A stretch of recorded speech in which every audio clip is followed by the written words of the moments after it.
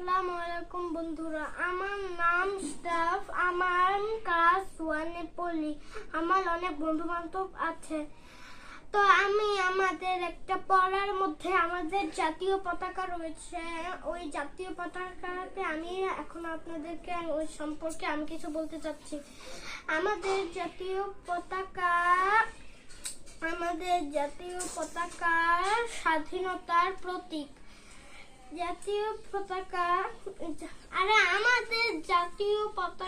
আমাদের একটি নিজস্ব জাতীয় পতাকা রয়েছে।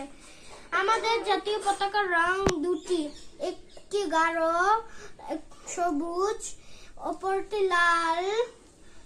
আমাদের জাতীয় পতাকার দৈর্ঘ্য ও প্রস্থের অনুপাত 10 ইঞ্চি 6। জাতীয় পতাকা দেশের পরিচয় বহন করে।